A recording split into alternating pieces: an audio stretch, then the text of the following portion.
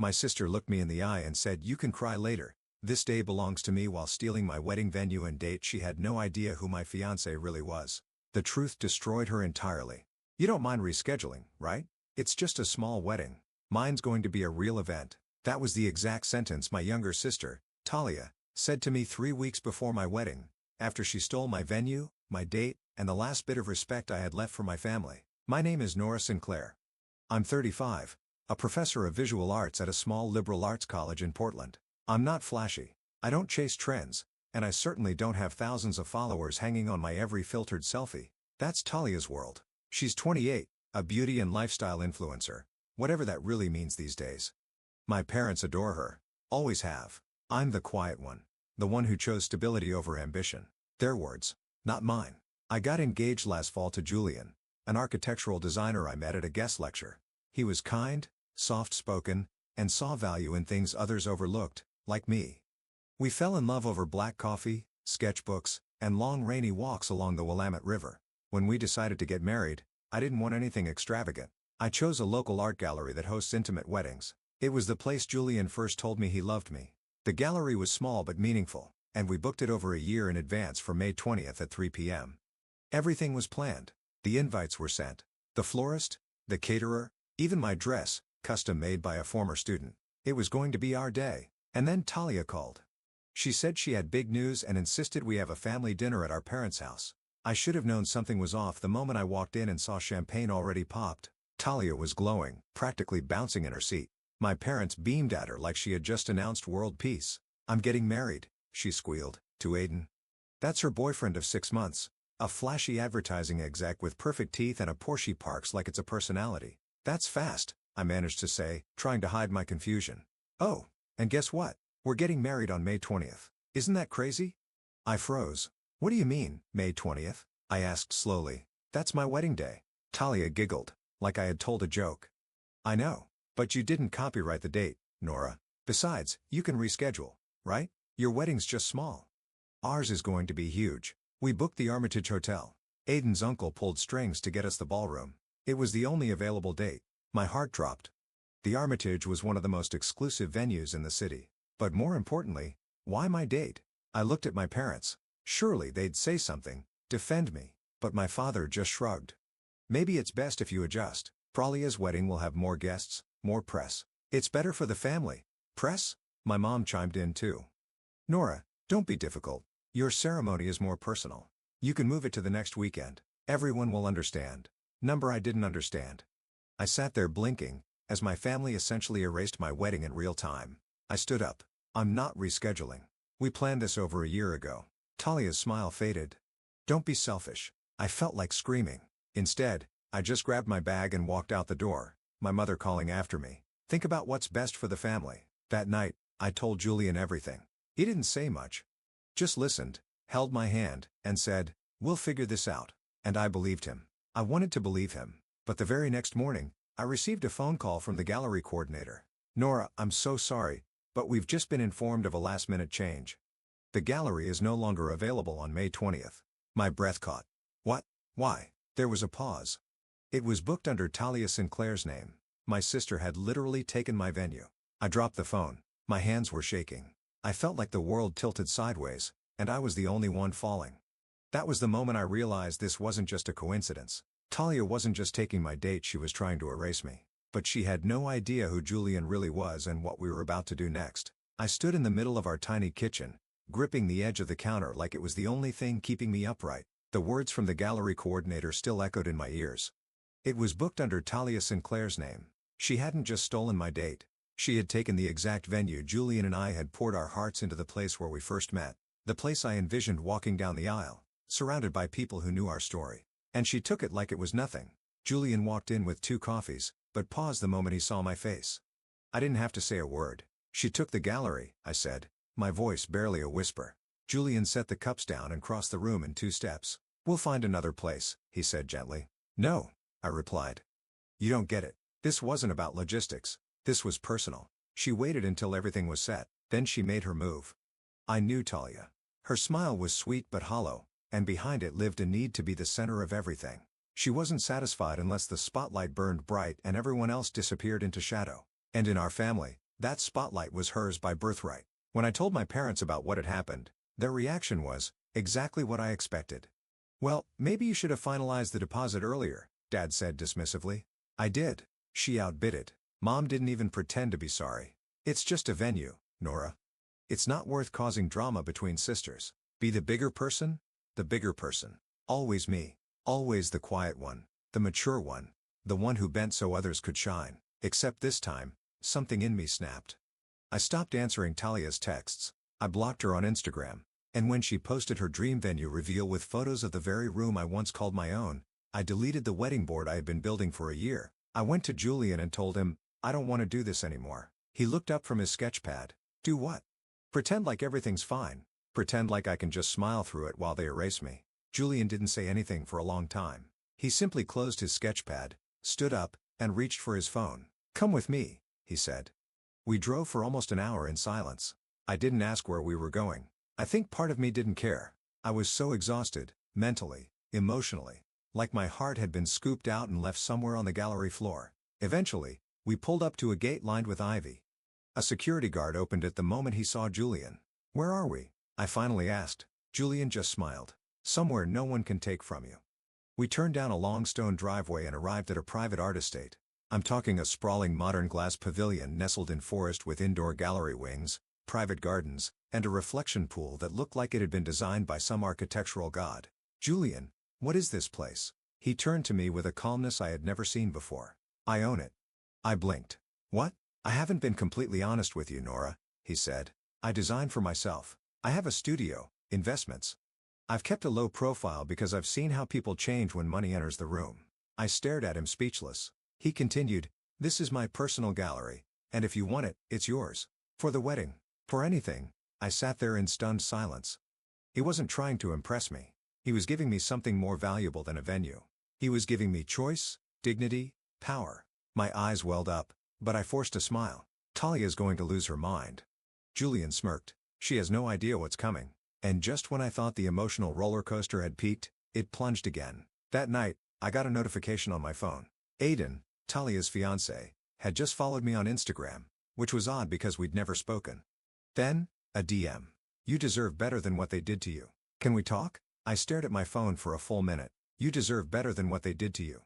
Can we talk?" From Aiden, Talia's fiancé. At first, I thought it had to be a mistake. Maybe he meant to send it to someone else, or maybe he was just trying to stir the pot. But the message sat there, deliberate, clear. Julian walked in just as I locked the screen. "You okay?" he asked, handing me a glass of wine. I forced a nod. "Yeah, just trying to process everything." I didn't tell him about the message. Not yet. Instead, I replied to Aiden with a single word. "Why?" He answered almost instantly. "Because I'm not blind. I see what's happening, and I'm starting to wonder if I'm the next one being used." That hit like a punch to the chest. Not because I cared about Aiden, but because I knew that feeling. That exact moment when you realize someone you love might be manipulating you, not supporting you. He asked if we could meet. Nothing weird, just coffee, somewhere public. Against my better judgment, I agreed. We met the next afternoon at a cafe near downtown. I wore sunglasses and a hoodie, praying no one would recognize me. He showed up in a charcoal blazer, looking more like a man on a job interview than a romantic fiancé. He sat down and didn't waste time. "I didn't know she stole your venue," he said. "She told me it was available, that you decided to delay your wedding for budget reasons." I almost laughed. "She lied, obviously." He sighed and rubbed his face. "That's what I'm starting to realize. This whole wedding, it's like a marketing campaign for her. Everything's about the optics. She keeps pushing for me to get sponsorships for the ceremony. She even hired a videographer who's worked on reality shows." I felt my stomach twist. "Last week, she asked if we could pretend to have met at a beach in Bali, so it sounds more exotic." "What?" I choked. "Yeah, she said our real story wasn't share-worthy enough." We sat in silence for a moment, the noise of clinking cups and background music muffled by the pressure building in my chest. And then, Aiden leaned in.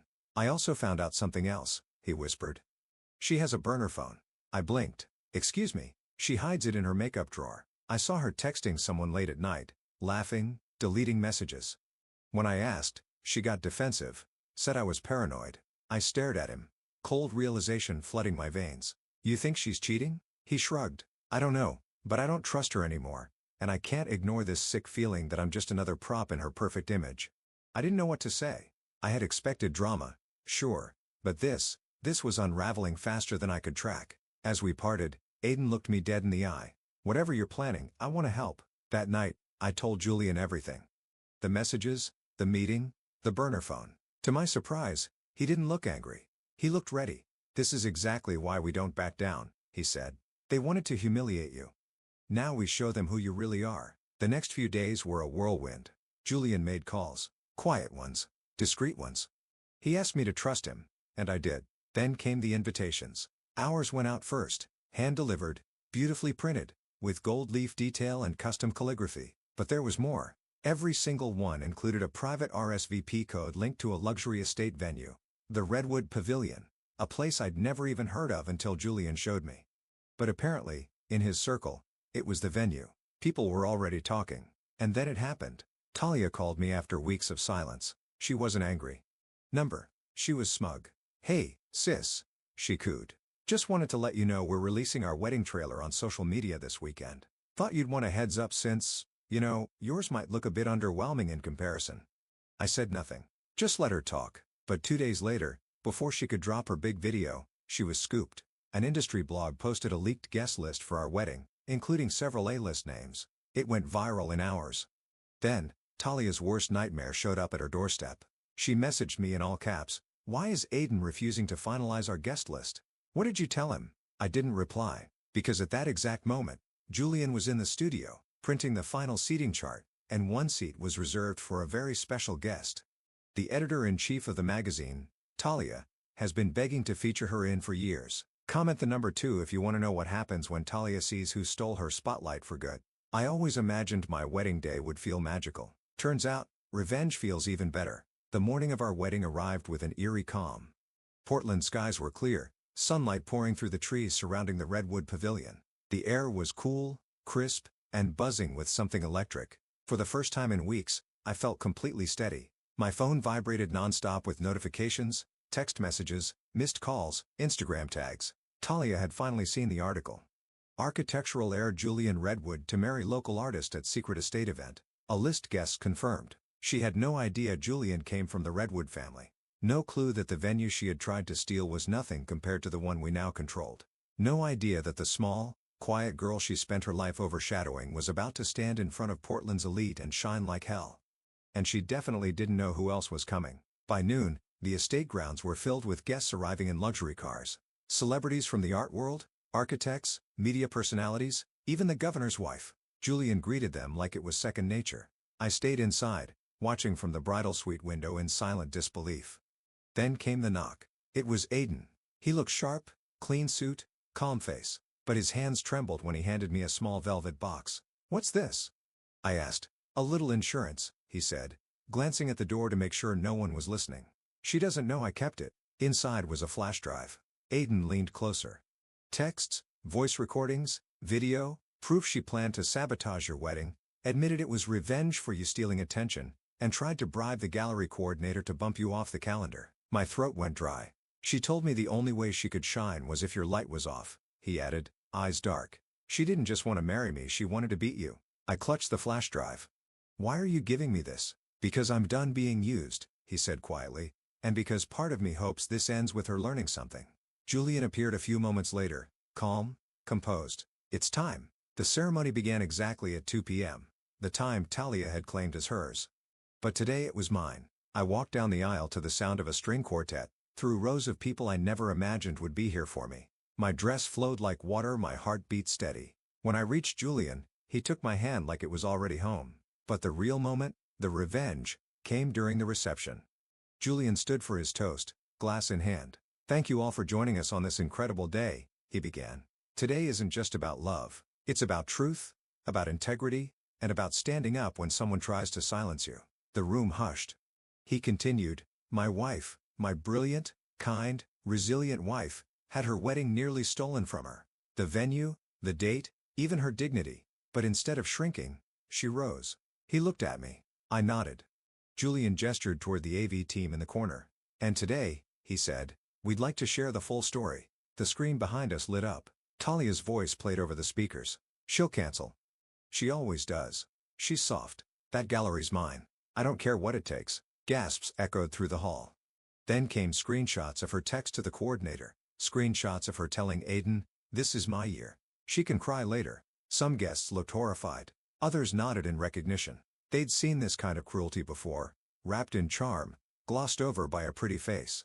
Then the final clip played a secret video Aiden had recorded Talia laughing with her friend. "If she really cared about that guy she'd step aside. She's not even marrying for love, Julianne. He's just some artsy dude with no money. My wedding is the real deal." The video cut out. Silence followed. Then, applause. Thunderous. Long. Relentless. And that's when the doors burst open. Talia stood at the back of the room, her makeup smeared, still in her custom gown, alone. She looked around, saw the eyes, the judgment, the truth. Then her mother stepped forward, my mother, and said loudly, "Talia, enough, leave." Everyone turned. Talia's face crumpled. "What? You've embarrassed this family enough," Mom said. "This isn't your day." And just like that, the golden child was outcasted by the very people who once worshipped her. She ran out in tears. 3 days after the wedding, I got a letter. Not an email, not a text, a real envelope. Handwritten, no return address. Inside was a single sheet of paper. "This isn't over. You stole everything from me. Just wait." I should have been afraid, but I wasn't, because by that point, Talia had already lost the two things she valued most, her image and her control.